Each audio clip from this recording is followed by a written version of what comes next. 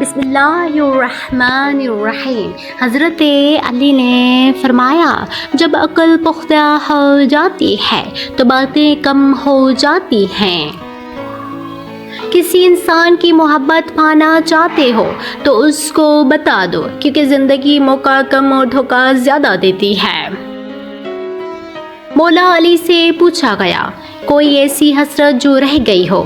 فرمایا جتنا میں سخی تھا اتنا کسی نے مانگا نہیں، جتنا مجھے علم تھا اتنا کسی نے پوچھا نہیں۔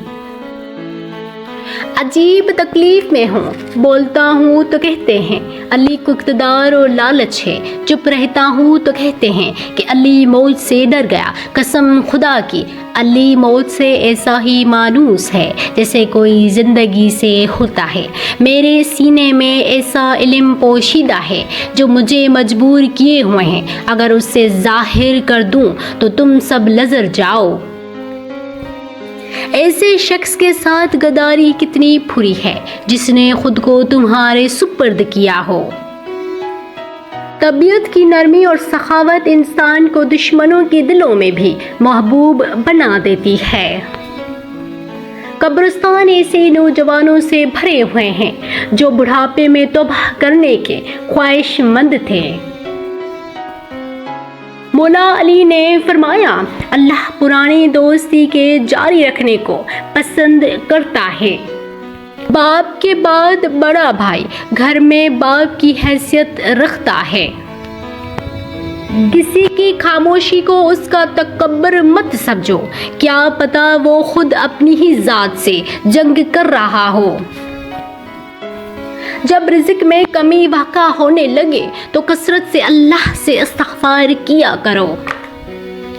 دل کی تمام بیماریاں نگاہ کے اٹھنے کی وجہ سے ہوتی ہیں۔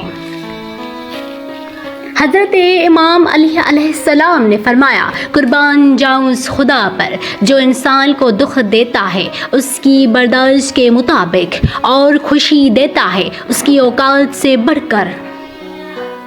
کسی کی خاموشی کو اس کا تکبر مت سمجھو، کیا پتہ وہ خود ہی اپنی ہی ذات سے جنگ کر رہا ہو۔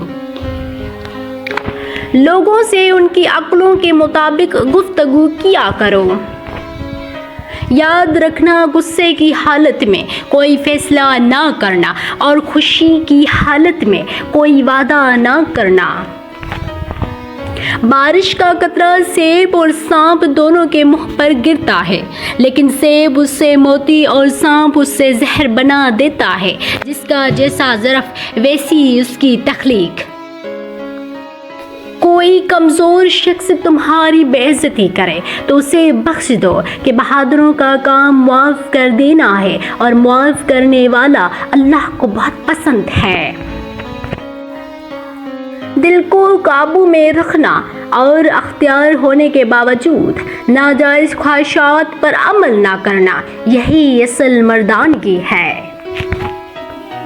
قسم ہے اس ذات کی جس نے دانے کو پھاڑا اور جس نے جانداروں کو پیدا کیا۔ محمد صلی اللہ علیہ وآلہ وسلم نے مجھ سے فرمایا تھا کہ اے علی آپ سے صرف مومن ہی محبت رکھے گا اور آپ سے صرف منافقت ہی بغض نفرت رکھے گا۔ سوچو وچار سے قدم اٹھانے والا صحیح راستہ دیکھ لیتا ہے۔ تمہارے والدین تمہیں بچپن میں شہزادوں کی طرح پالتے ہیں، لہٰذا تمہارا فرض بنتا ہے کہ ان کے بڑھاپے میں ان کو بادشاہوں کی طرح رکھو۔ اپنا کردار بنانے میں اتنا مشغول ہو جاؤ کہ دوسروں پر تنقید کرنے کا وقت ہی نہ ملے۔ مجھے مایوس ہونے والے شخص پر تعجب ہوتا ہے جبکہ اس کے پاس استغفار کی قوت موجود ہو۔